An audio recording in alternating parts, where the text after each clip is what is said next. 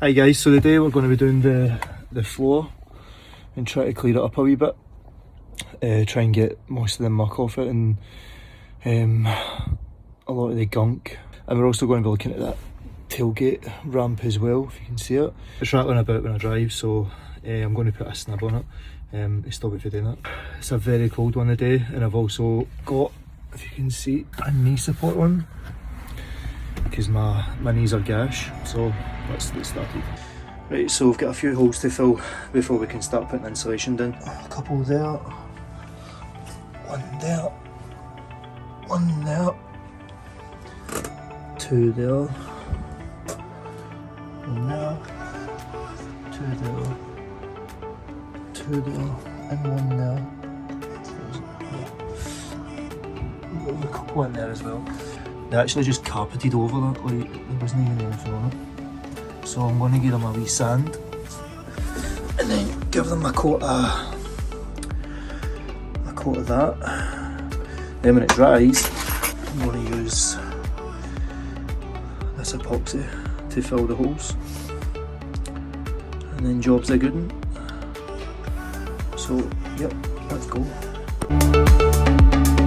So the first job of today, I wanted to reinforce the ramp as I felt it was quite flimsy from taking it off before.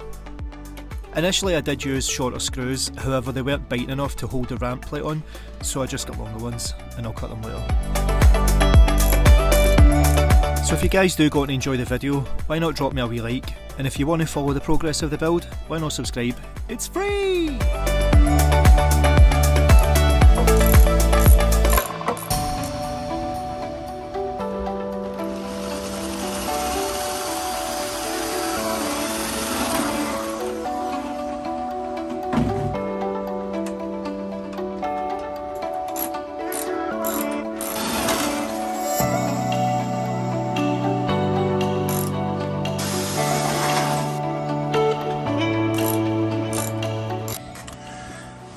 That's what I've just done there. So the last ones didn't go all the way through, they only went to about halfway, but they weren't catching on anything. So these are now secure. It was actually rattling the book quite a lot, so what I'll do is I'll just trim the edges of these. But there's a rubber matting going over this and over this as well, so getting there. So I've bought this stuff, sticky stuff remover from B&Q. It says it's supposed to remove chewing gum, tar, adhesive, wax, wet paint, so I'm thinking it should remove that creamy stuff. Also put it in this spray bottle, just to get more coverage. Let's hope so. Yeah, the spray never came out as good as I wanted it, as you can see. It was only doing me bits at a time, but I mean it was still better than just, you know, opening the bottle up and just pouring it straight on. So after applying the sticky stuff, I used a wire brush just to agitate it a little, but again this stuff was just so sticky it just wasn't moving. The wire brush and the sticky stuff solution just wasn't working, and I think maybe I just didn't let it sit long enough, so I decided to dry it all up as best I could and try a new approach.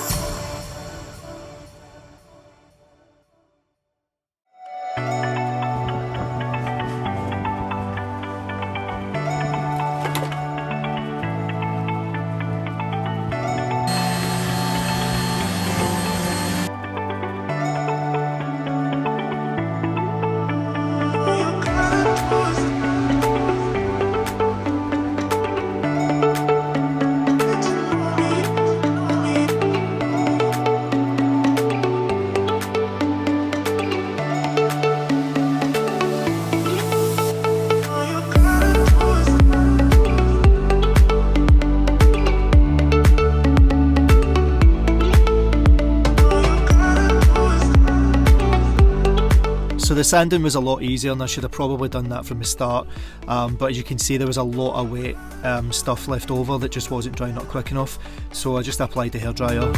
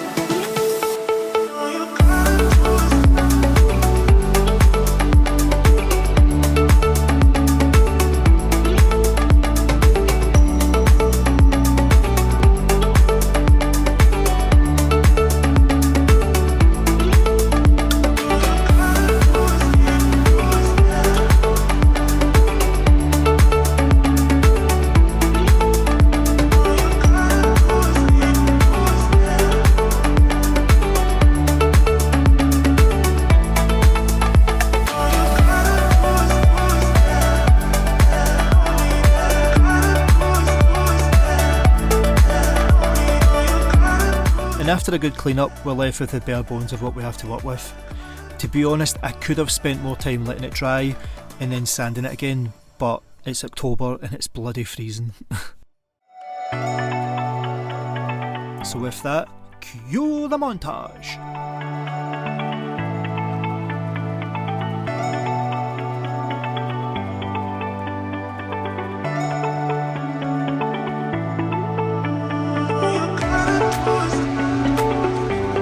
Now to the fun part, fill the holes.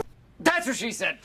So it was insane how many holes I found once I lifted the carpet up, and I can't figure out for the life of me why they never filled them. Like, they're in very specific places mirroring each other on the opposite side. So if you know the answer, drop it in the comments below, because I have no idea other than maybe airflow.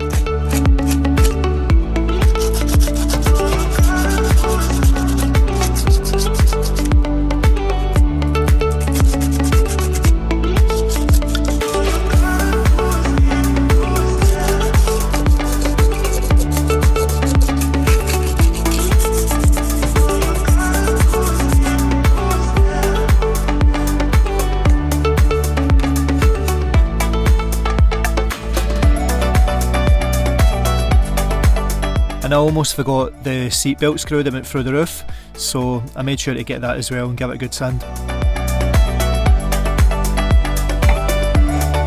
Now I'm just applying some Hammerite primer, and this is just to stop the holes rusting over time after I fill them.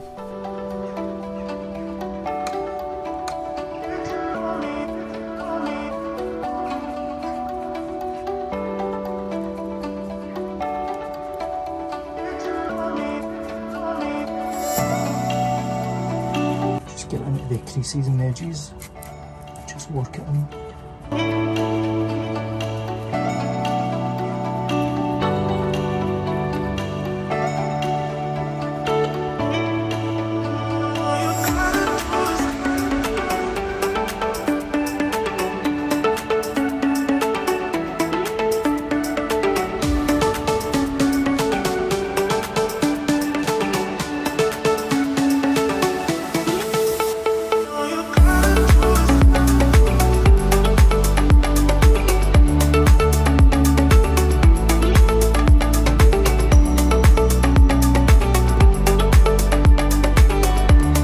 Next up, to fill the holes, I'm using this bonding epoxy kit from JB Weld, and to mix it you just use 50% of each, then mix it all together to form a paste.